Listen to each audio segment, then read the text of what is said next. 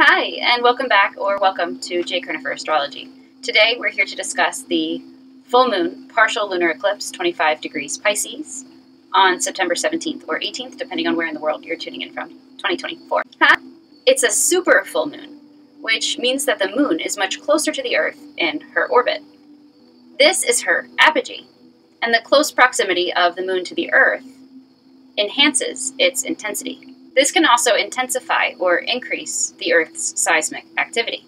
It's a full moon in Pisces, so we know it's going to be deeply sensitive. And it'll be all about release, especially from attachment to expectation or outcome. Stay tuned to find out how this incredibly karmic Pisces full moon lunar eclipse falls in your chart that may feature a fated ending with permanent changes unfolding over the next 6 months and several years. This full moon lunar eclipse peaks while the moon is sandwiched between Saturn, Lord of Karma, and Neptune, the modern-day planetary ruler of Pisces, with Neptune strong and empowered in the late final degrees of Pisces. While Neptune's in the late degrees of Pisces, it's approaching conjunction with the North Node of Fate and Destiny in February 2025, 28 degrees Pisces, the same degree point where it is now, under this partial full moon lunar eclipse in Pisces. This eclipse, therefore, is foreshadowing themes that will play out in 2025, 2026, and even into 2027. This is the first eclipse of its kind along the Pisces-Virgo axis of opposition, one of many that we'll experience over the next several years. There may be fated alignments, synchronicities, and dramatic endings. For those of you on the twin flame path, you may experience twin flame union and reunion. Soulmates of all kinds can now connect. Divine timing is all about alignment. Relationships will be deeply transforming this September and October, reflecting an overall collective change in values. From the autumnal equinox, aka the first day of fall here in the Northern Hemisphere, aka the first day of Libra season, which falls on Sunday, September 22nd in 2024. Remember, 2024 is a leap year, so everything shifts. So everything shifts by a day. This means that from the very first day of Libra season, after the sun opposes Neptune, empowered in the late degrees of Pisces, when the sun enters its fall, or its weekend, focusing on other or relationships. In Libra, it's putting the spotlight on our karmic relationship patterns, our tendencies to people please, or be treated like a doormat. We'll have a new moon solar eclipse in the early degrees, or first decan of Libra, featuring the South Node and Black Moon Lilith in conjunction in Libra with ruling planet Venus in Scorpio. There may be some secrets revealed about your closest relationships. Overall, these transits can bring intensity and drama to our closest relationships. Fear not, though, for every tower moment that we're presented with also presents us the opportunity to grow the relationship stronger together as we work through those triggers and learn to work together instead of giving up or running away. Pisces is the final sign of the zodiac, so every Pisces full moon will involve some sort of ending. The lunar eclipse aspect adds a heightened sense of drama, synchronicity, and karma, with Saturn being co-present in Pisces. Things that may be comfortable, but don't spark joy, may be slammed shut as we're redirected. Whenever the moon is in Pisces, we're encouraged to explore the depths of our creativity and intuition. With a full moon in Pisces, the sun is in Virgo, with Mercury co-present and influencing Jupiter while Jupiter is in Gemini, with Jupiter as the traditional planetary ruler for this full moon lunar eclipse in Pisces. This full moon spotlights our overall tendency to seesaw, or to be at odds with, our more creative, imaginative, intuitive, emotional side versus our logical, analytical, critical side. When there's a full moon in Pisces, this puts practicality at odds with the more dreamy, intuitive energies of Pisces. When there's a full moon in Pisces, it puts practicality at odds with Pisces' more dreamy and intuitive, fluid nature. This is amplified this year with Neptune's conjunction to the full moon and in the late degrees of Pisces. All of this happening while Saturn and Neptune travel together through the sign of Pisces and into Aries. Saturn is our tough love teacher of karmic lessons that foster greater personal accountability, usually reflecting the energy of our primary disciplinarians, bosses, fathers, and other authority figures. Saturn rewards hard work, accountability, and humility. Neptune is the modern-day planetary ruler of Pisces. As a slower-moving outer planet, Neptune takes a long time to complete an orbit, 165 years. Because Neptune has such a long orbit, it spends about 14 years in each zodiacal sign, and its transits tend to represent the energy patterns of a generation or a sub-generation. Neptune represents the collective unconscious, including the realms of spirituality, imagination, creativity, and intuitive or psychic sensitivity. When challenged by weakened expression or harsh aspect to another planetary body, Neptune can show how we avoid reality, whether we opt to escape out via our imaginations, an addiction, or martyrdom. Neptune and Pisces aren't great at boundaries, and neither is Libra. Pisces is represented by two fish swimming in opposite directions, representing the never-ending flow of the unconscious. And Libra is a chameleon, an air sign known for its ability to adapt to any group or environment and to mirror just about any energy. It's very common in the charts of actors and actresses to have some strong Libra placement. Libra moon especially, I've noticed in male actors. The goal is to be neither so logically oriented at the expense of our creative or intuitive side, nor so Piscean as to escape reality entirely, become completely consumed by delusion or addiction. It takes a healthy balance to actualize a dream.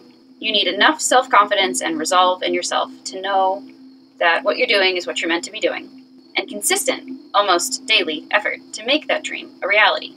If we're too head in the clouds, we could get lost in the dream world and fail to take action on those goals. We do have an upcoming Mars retrograde through Leo and Cancer to help us work on this, as our motivation will be closely tied to the lunar cycles and our moods. This lunar eclipse in Pisces is traditionally ruled by Jupiter, which is currently about halfway through its transit through Gemini. Although technically debilitated in Gemini, where it would be opposite its sign of rulership, Jupiter in Gemini answers to ruling planet Mercury, which is not only emerging with clarity from its post-retrograde shadow, it's newly reborn in the sign of Virgo, strong, efficient, organized, prepared, and empowered, as Virgo is one of the signs it rules. Although having Mercury in Virgo makes it easier for us to tap into Virgo's many strengths, still be on the lookout for shadow Virgo patterns. Being overly critical of the self and projecting that outward onto others. This is usually coupled with control issues and or anxiety. Be mindful of getting tangled or lost in the weeds or details, or completely overlooking them. Remember, don't sweat the small stuff.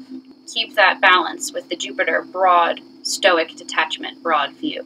Virgo is one of Mercury's favorite signs, as the planetary ruler for the fraternal twins, Gemini and Virgo. This is incredibly beneficial for Virgo and Gemini placements, and for Virgo and Gemini risings, this is your planetary ruler, your chart rulers, this is a really big deal, are in their sign of rulership, they're empowered and fully free to express themselves. Whereas Gemini tends to be wired for information gathering and sharing, Virgo seems to be more geared towards information organizing and executing efficient systems or plans. Mercury in Virgo is strong and clear-minded, so long as we're mindful to steer clear of any addictive or escapist patterns. I studied children's literature in college, and as part of my elementary education educator preparation course load, I actually elected to take a graduate-level children's fantasy literature course, where we got to read one young adult work or book per week and explore its archetypal themes. This was something I took via Penn State World Campus, which is online, open to anyone who applies and gets accepted. And it was one of the best courses I ever took, by the way. The Virgo-Pisces axis of opposition, the axis of health and spirituality, is really strong right now. With the Sun and Mercury in Virgo, tune in and focus on your overall health, habits, and routines. Check your overall work-life balance. Jupiter in Gemini has us all feeling a bit like an octopus spread in all directions. So how balanced are your 5 pillars of health? Your physical, your mental, your emotional, spiritual, and interpersonal or social. Are you checking all 5 of those boxes? Is anything getting missed? Imbalances can and very much will manifest physically. Drop it in the comments. Tell me about your routines. Are you a creature of habit married to your routines? Or are you totally opposed to their perceived infringement upon your independence? Are you somewhere in the middle? Our thoughts create our realities. So Enforce those boundaries, but avoid criticism, nitpicking, or micromanaging. This is especially true during a Jupiter in Gemini transit, when your abundance depends on your mindset and your ability to keep rumination at bay. What do you do with your downtime? Do you regularly create time to do the things you love, the things where you get completely lost in the moment and you lose all sense of time? On the days when I need to be at work at 7 and realistically 6:45 to open everything, I rise at 4:30. That way, I not only have ample time to gently make sure I'm fed and awake, but can also feed my dogs and still make room for 10 minutes of snuggle time after they eat breakfast and we go outside and we come back in, because they are never more snuggly than after they are fed. This is like heaven for me. So because it's so important to me, I get up early and prioritize it. We have a sun in Virgo answering to ruling planet Mercury, strong and empowered in Virgo. This means our spotlight of energy is focused on Virgo's strengths, all while opposing a very sensitive, dreamy Pisces moon, tempered slightly by Saturn's co-presence. The full moon lunar eclipse, conjuncting Neptune in the final degrees of Pisces, serves as a glimpse into the future, specifically a jump into January 2025, leaving clues for what the transit of the North Node in Pisces, South Node in Virgo will be for January 2025 to July 2026. You may notice an activated dream world, heightened intuition and creativity, and emotional sensitivity. If you're a creator, this would be a really good time to get lost in the flow and create. The veil is incredibly thin at this time, and as we head into Halloween, the ability to jump or switch between timelines is advanced right now, and there's greater compassion among the collective. A full moon lunar eclipse sandwiched between Saturn and Neptune could indicate tumultuous or dangerous waters. Watch out for flooding and water damage. There could be a shifting of the tides, a major change in leadership unfolding, and impending war on the seas. Choose your surroundings carefully. Pisces is a deeply intuitive and emotionally sensitive sign, so while you're encouraged to swim in the giant sea of the collective unconscious, be mindful of absorbing other people's projections and emotions that are not your own. We've had many eclipses in Pisces through the years, but most recently, the last time we had a lunar eclipse in Pisces was in 2017, so this is bringing us back to that time period in some way. We mentioned that the Pisces-Virgo axis of opposition is the axis of health and spirituality. We have Neptune in rulership in the late degrees of Pisces, strengthening the Piscean energy and influence. Pisces relates to ingredients, chemicals, pharmaceuticals, drugs, clean and safe food and water sources, and the blood, or the immune system. Neptune and Pisces can be related to toxins and toxicity. It can also indicate pollution in water supplies. Virgo rules the digestive system and our skin, or dermal system. Virgo has everything to do with detoxification and purification, especially in an effort to eliminate toxins. When our body eliminates toxins, it does so through the digestive system, with special thanks to the liver and the kidneys prior to elimination, and also through the skin, such as when we sweat. There's also a psychosomatic element to the Virgo-Pisces axis of opposition. Unhealed emotional pain or trauma can and very much does manifest physically in the body. Pollution and toxicity in water may be a major theme. We've already seen food recall, and there could also be illusions and delusions propagated by the media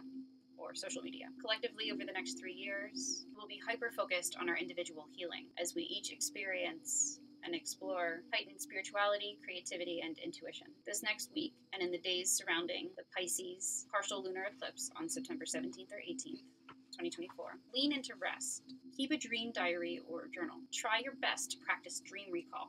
Prior to even moving, try to recall the dream, and then when you're ready, turn and record what you remember. Enjoy an opportunity to reconnect with Source, find center, oneness, tap into a bliss state, this higher vibrational frequency, soul-based or ethereal wavelength. Meditate, drop into stillness, practice grounding, practice breath work, attend yoga. Follow your intuition, don't doubt it, or allow any room for overthinking. Trust that your gut won't let you down. Pray or journal before worrying. There's a huge step in this spiritual evolution that involves surrendering or trusting, having faith in some sort of higher power or divine timing or whatever it is that you believe, but really surrendering any sense of control we think we have and just trusting that what's meant to be will be. If there's something that needs to be cut away from, a routine, an emotional rut, a pattern, a version of your life in retrospect that encumbers growth, today is a good day to sever those ties under this partial lunar eclipse.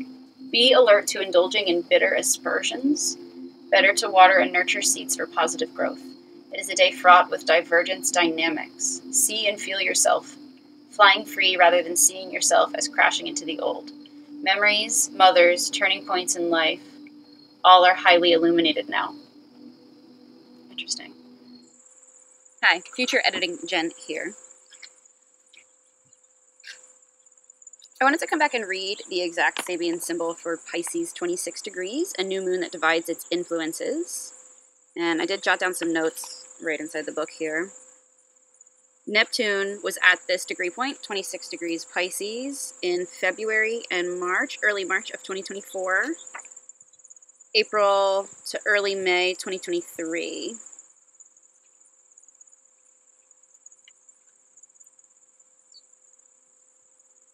And 25 degrees. Neptune was exactly 25 degrees Pisces, where this full moon partial lunar eclipse is happening. That full moon was on December 26th, so Boxing Day 2023. Yeah, I think I remember that. Full moon 4 degrees Cancer, but Neptune was at the degree point where this partial lunar eclipse is happening.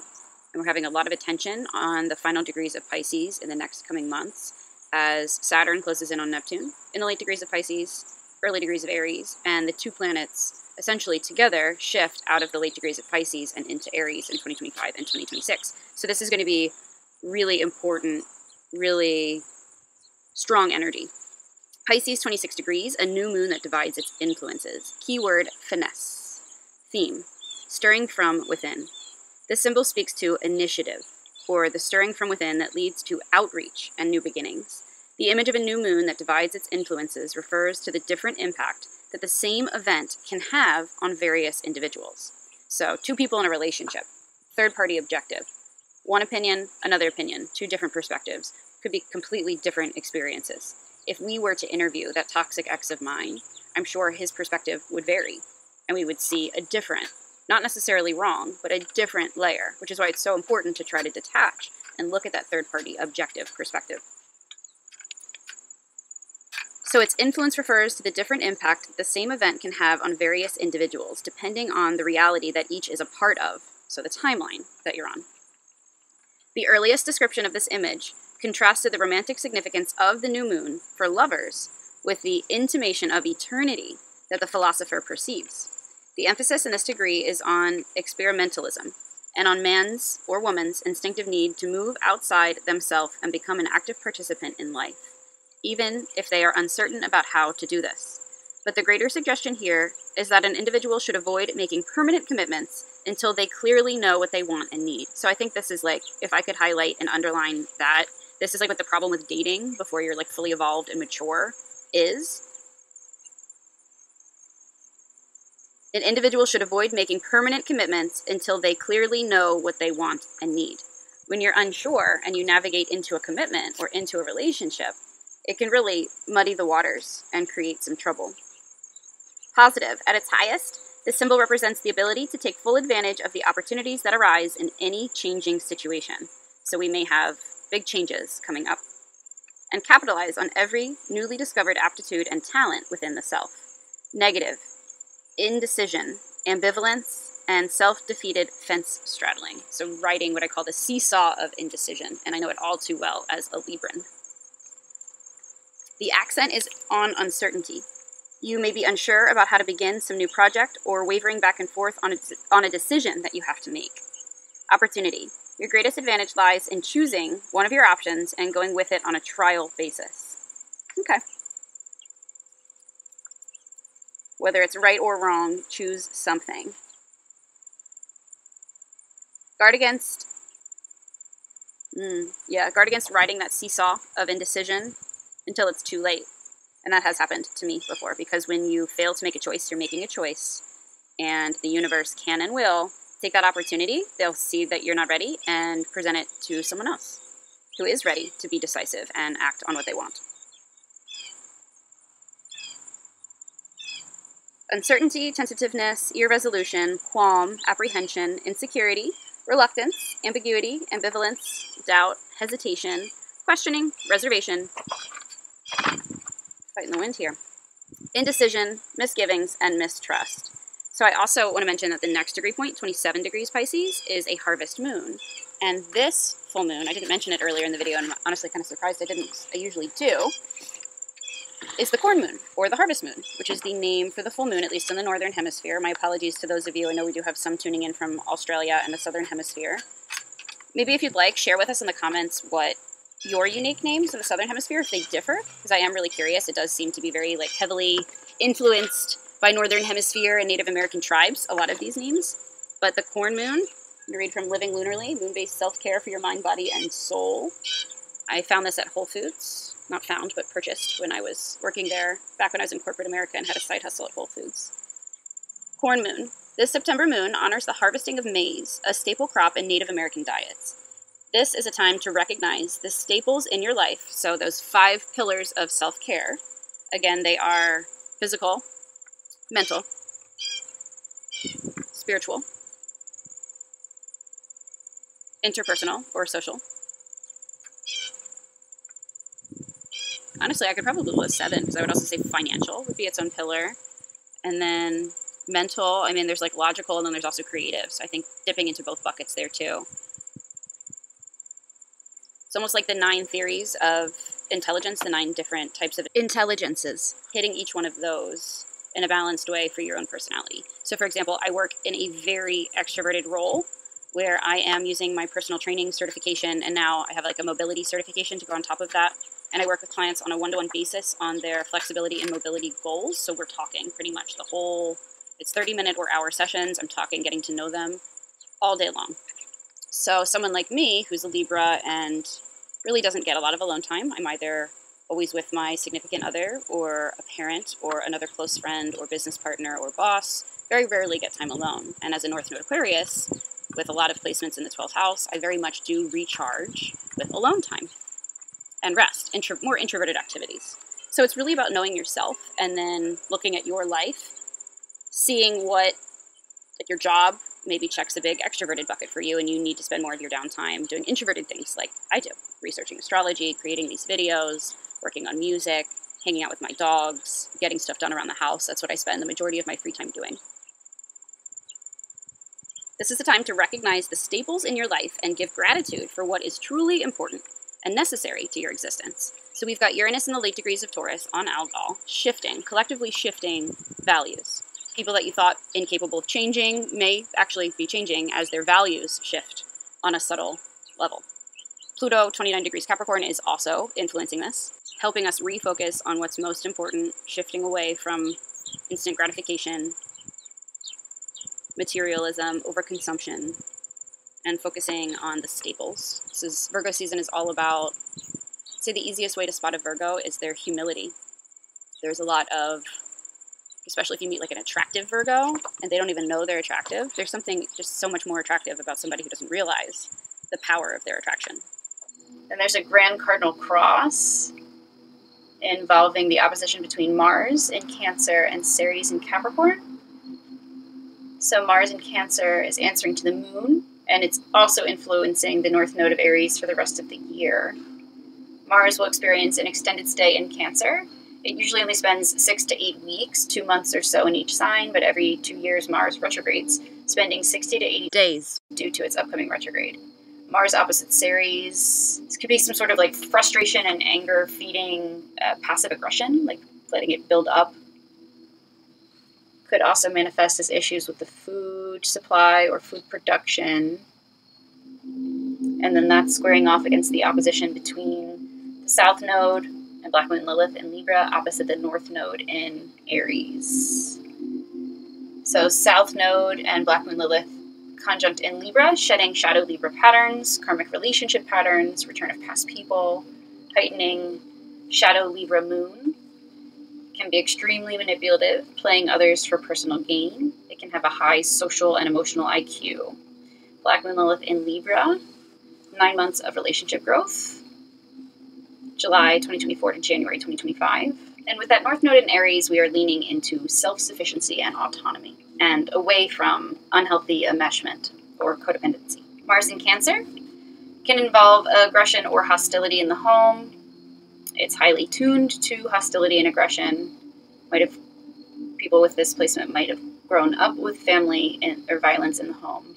Mars and Cancer transits can make one more protective of their home and their homeland. It can increase nationalism. It can make us more family and security oriented and lean more conservatively. It can make us homebodies, less likely to want to go out and socialize, more likely to spend time cuddled up at home.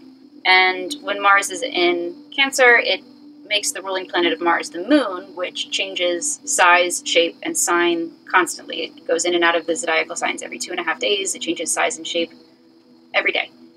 So this means that our motivation will be closely tied to our fluctuating moods and the lunar cycles.